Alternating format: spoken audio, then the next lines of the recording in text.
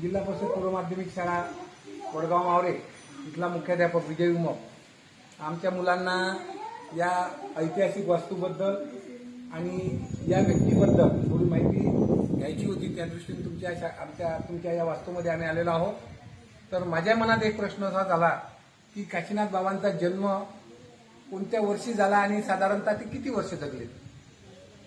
ते साधारणतः 70 वर्ष जगले.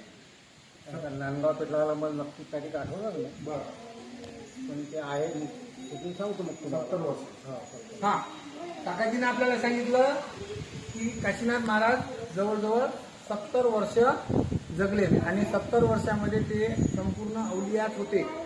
या गावातल्या लोकांवर त्यांचा वरदहस्त आहे. लोकांचं त्यांनी या गावातल्या खूप भलं केलेलं आहे आणि त्यामुळं त्याची उपरती म्हणून सर्व गावकरी मंडळींनी वर्गणी गोळा करून काशीनाथ बाबांची मूर्ती या ठिकाणी स्थापन केलेली आहे. दररोज इथे प्रार्थना, भजन, पूजन, कीर्तन असे कार्यक्रम चालतात आणि दरवर्षी दोन वेळा सोहळा होत असेल, जन्माचा आणि पुण्यतिथी. जयंती आणि पुण्यतिथी होत असेल. जयंतीचा होत नाही म्हणते, पण पुण्यतिथीचा असतो आणि दरवर्षी आपण ती पुण्यतिथी आपल्या डोळ्यांनी पाहतो. कसा कार्यक्रम असतो, इथे मोठा मंडप असतो, सगळे लोक त्याचं धार्मिक त्याला रूप असतं आणि त्याच्यामध्ये सगळे लोक इन्व्हॉल्व्ह होतात. तर आपल्या काकाजींनी आज आपल्या या वास्तूबद्दल आणि काशीनाथ बाबांबद्दल आपल्याला जी माहिती सांगितली त्याबद्दल मी आमच्या शाळेच्या वतीने काकाजींचे आभार मानतो आणि सगळ्यांना विनंती करतो आता सगळ्यांनी दर्शन घ्या आणि जसे आपण रांगेत आलो तसेच आपल्या आपण परत जाऊ. तारखेपर्यंत आहे त्यातला आजचा 5वा दिवस आहे. या 5व्या दिवशी आपल्याला वेगवेगळ्या ठिकाणी भेटी द्यायचे उपक्रम नियोजित केलेले आहेत. त्यानुसार आपण या ठिकाणी आलेलो आहोत. आता तुमच्या गावात गुरंढोरं तुम्हाला माहित आहेत, प्राणी माहित आहेत कोणते कोणते वास करतात. आता हे प्राणी कुठं राहतात गावात? घरात तर राहत नाही, मग कुठं राहतात? गोठ्यात राहतात. म्हणून आपण प्राण्यांच्या निवासस्थानी अर्थात गोठ्याच्या ठिकाणी भेट द्यायला आलेलो आहोत. आता गोठ्याची अवस्था पहा. आता 2-4 दिवसात खूप पाऊस असल्यामुळं हा गोठा आहे आणि या गोठ्यामध्ये पुष्कळसे प्राणी म्हणजे आपण त्याला पाळीव प्राणी म्हणू, म्हैस, गाय, बैल असेल किंवा अजून काही असेल तुम्हाला दिसत आहे इथे वातावरण असं आहे. तर या ठिकाणी आपण प्राण्यांचं निवासस्थान म्हणजे गोठ्याला आपण भेट दिलेली आहे. गोठ्याबद्दलचे अनुभव तुम्हाला माझ्यापेक्षा जास्त आहे, कारण आज दिवसभर तुम्हाला आता प्राणी दिसणार नाही. ते दिवसभर चरायला जातात, दिवाळीचे लोक त्यांना चरायला घेऊन जातात. आता ते गेलेले आहेत, परंतु सायंकाळी ते जेव्हा घरी येतात तेव्हा त्यांना या गोठ्यामध्ये बांधल्या जाते. बांधल्या का जाते? कारण ते प्राणी आहेत. प्राणी असल्यामुळं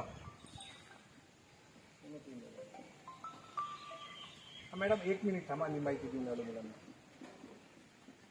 1 मिनिट थांबा, फक्त मी व्हिडिओ घेऊन आलो, गोट्याला भेट देऊन आलो, मी करतो फोन.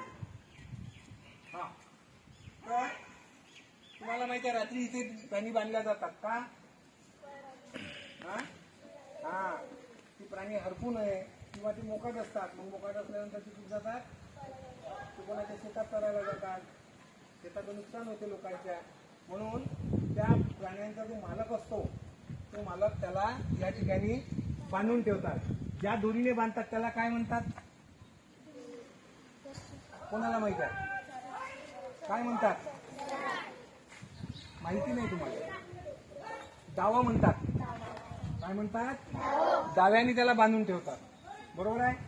त्याच्यानंतर ते प्राणी बांधलेले असल्यामुळं त्यांची जे घाण असते म्हणजे मलमूत्र असते ते त्या कोठ्यामध्येच तुम्हाला दिसत आहे. बरोबर आहे. ते प्राणी तिथंच बसतात. तर त्या प्राण्यांचे जे कोणी मालक असतील ते मग त्यांना त्या नदीवर म्हणा किंवा बाजूला कुठेतरी घेऊन जाऊन त्यांना साफ करतात आणि त्यांची स्वच्छता ठेवण्याचा प्रयत्न करतात. आपल्याला जे आपल्या गावात दूध मिळतं, आपल्या गावात खूप म्हशींची संख्या भरपूर आहे, गायींची संख्या भरपूर आहे, सगळ्याच प्राण्यांची संख्या आहे आपल्या इथे. गाढव पण आपल्या गावात आहेत. घोडा नसेल, बैल पण आहे, घोडा पण आहे का? भाग्यवान आहे तुम्ही. तुमच्या गावात भरपूर प्राणी आहे आणि त्या प्राण्यांचे काय काय उपयोग आहे सगळ्यांना माहीत आहे. परंतु प्राण्यांचं निवासस्थान म्हणजे गोठा हा कसा असतो, काय असतो, तो तुम्हाला प्रत्यक्ष दाखवण्यासाठी आज इथं आलेला आहोत. आपण सगळ्यांनी माहिती घेतलेली आहे. आता तुम्हाला कोणी जर विचारलं तर प्राणी कुठे राहतात तर काय सांगाल? प्राणी गोठ्यात राहतात. जंगली प्राणी जंगलात राहतात. जंगलात मग त्यांचे वेगवेगळे घरं असतात. जसं सिंहाची काय असते? गुहा. बरोबर. जंगलात राहतात म्हणजे जंगलात दिवसभर फिरतच राहतात. तर कधी गुहेत मग आराम करतात ते. तर असे प्रत्येक प्राण्याचं एक एक निवासस्थान असते. जसं आपल्यासाठी आपण घर बांधलं आहे, त्यांना घर बांधता येते का? त्यांना बोलता येते का? नाही. म्हणून आपणच त्यांची व्यवस्था केली आहे. त्या व्यवस्थेला आपण असं नाव ठेवलेलं आहे. चला. नाव सांग. नमस्कार, माझे नाव अमित अनिल सोनने. मी वर्ग 5वी मध्ये शिकत आहे. मी आज तुम्हाला प्रश्न सांगणार आहे. काशीनाथ बाबाची समाधी कुठे?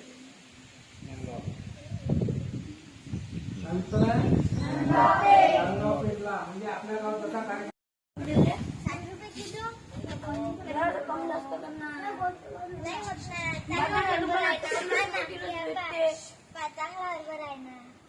चांगला तर आहे. बाजूच्या दुकानात 50 रुपये किलो भेटते. चांगला हरभरा आहे. आता मालाला असाच भेटते मग तुमच्या मनाने तुम्ही किती म्हणता किलो? 50 रुपये द्या. 50 रुपये नेत पाय. 10 रुपये किलो एवढे कमी आमचं नुकसान होते ना.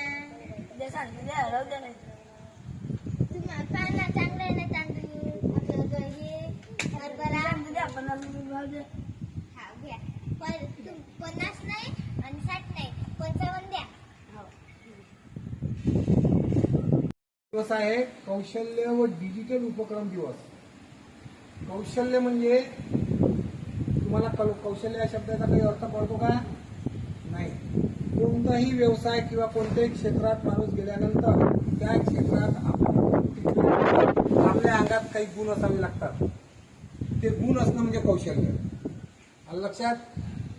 आता या ठिकाणी आपण काय केलं की 2 दुकानं लावलेली आहेत. हे दुकानं म्हणजे एक तुमचा व्यवसाय आहे. अशा प्रकारचे अनेक व्यवसाय आपण आपल्या समाजामध्ये पाहतो, आपल्या गावात आपण पाहतो. कोणी मासोळी विकतात, कोणी बाजारात धान्य विकते, कोणी भाजीपाला विकतो, कोणी किराणा दुकान चालवतो, कोणी दूध डेअरी चालवते. अनेक प्रकारचे असे व्यवसाय असतात. त्या व्यवसायाचा एक भाग म्हणून इथं आपण 2 दुकानं घेतलेली आहे. आता हे दुकान तुम्हाला दिसते आहे इथे जनरल स्टोअर आहे. जनरल स्टोअर म्हणजे ज्याला तुम्ही स्टेशनरी म्हणतात, बरोबर आहे? ते स्टेशनरीमध्ये काय काय साहित्य असतं आणि तो स्टेशनरीवाला आपलं दुकान चालवण्यासाठी त्याचे कौशल्य कसे पणाला लावतो, म्हणजे तो ग्राहक कसा पटवतो, त्याला बरोबर ग्राहक पटवता आलं पाहिजे आणि त्याच्याजवळची वस्तूची विक्री सुद्धा त्याला करता आली पाहिजे. त्यासाठी त्याच्या अंगात काहीतरी कौशल्य पाहिजे आणि ते कौशल्य तुम्हाला या व्यवसायाकडून शिकायचे आहे. दुसरा इथे दिलेला आहे धान्य भांडार.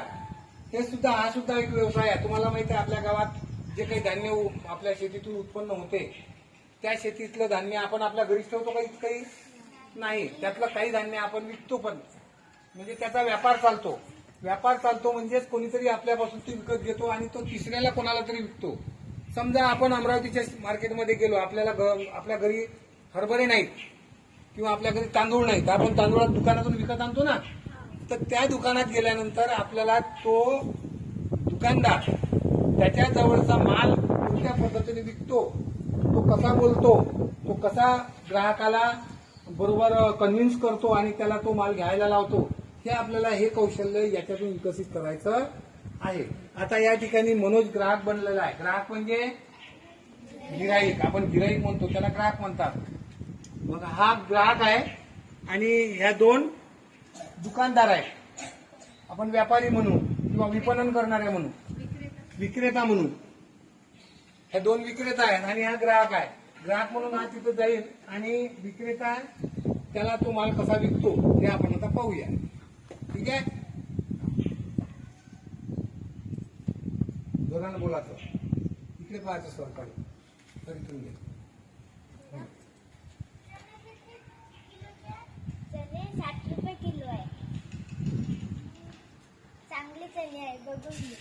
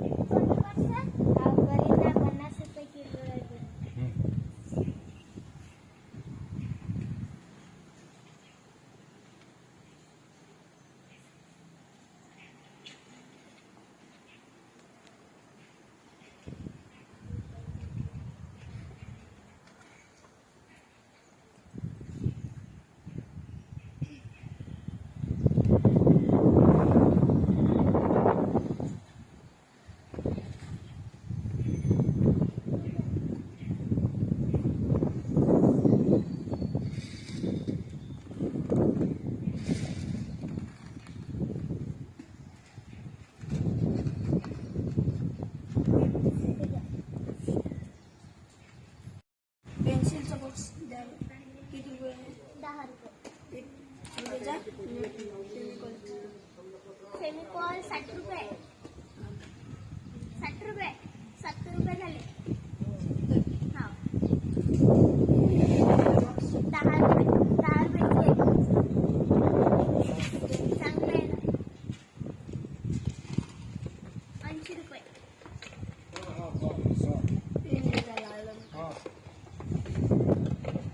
पेन 10 रुपये आहे. 10 पाचवी नाहीये. 10 ले.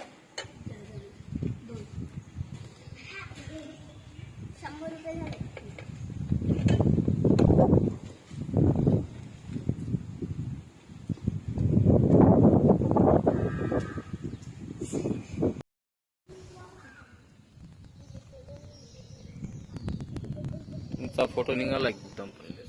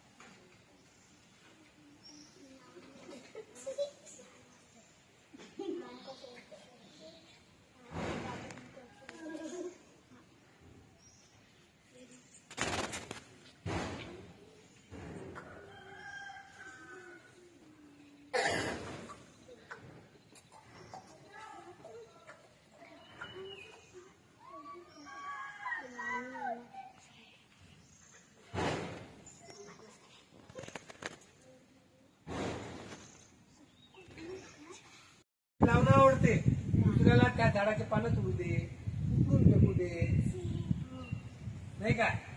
मग असं जर कोणी करत असेल तर तुमच्या इको क्लब मधल्या सगळ्या व्यक्तींनी त्याच्यावर लक्ष ठेवायचं आहे. कारण हा करणारा कोण आहे आणि त्याचं नाव आमच्यापर्यंत आलं पाहिजे.